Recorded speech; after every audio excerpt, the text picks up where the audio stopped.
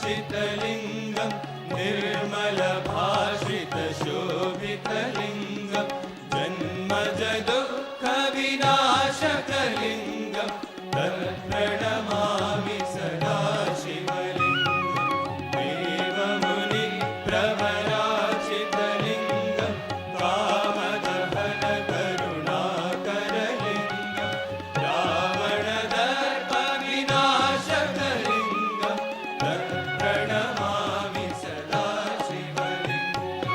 सर्वसुगन्धसुलेपितलिङ्गं बुद्धिविवर्धनकारणलिङ्गं सिद्धसुरासुरवन्दितलिङ्गं प्रणमामि सदा शिवलिङ्गं कनकमहामणिभूषितलिङ्गं फणिपतिवेशितशोभितलिङ्गं दक्षसूयज्ञविनाशकलिङ्गं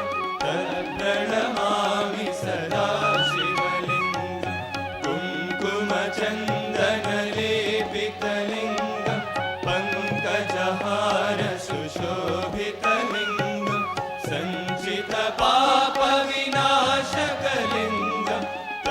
प्रणमामि सदा शिवलिङ्गं देवगणाचितसेवितलिङ्गं भावये भक्तिविरेवचलिङ्गं दिनकरकोटिप्रभाकरलिङ्गं प्रणमामि सदा शिवलिङ्गं अष्टदलोपरिवेष्टितलिङ्गं सर्वसमुद्भवकारणलिङ्गम् अष्टदरिद्रविनाशकलिङ्गं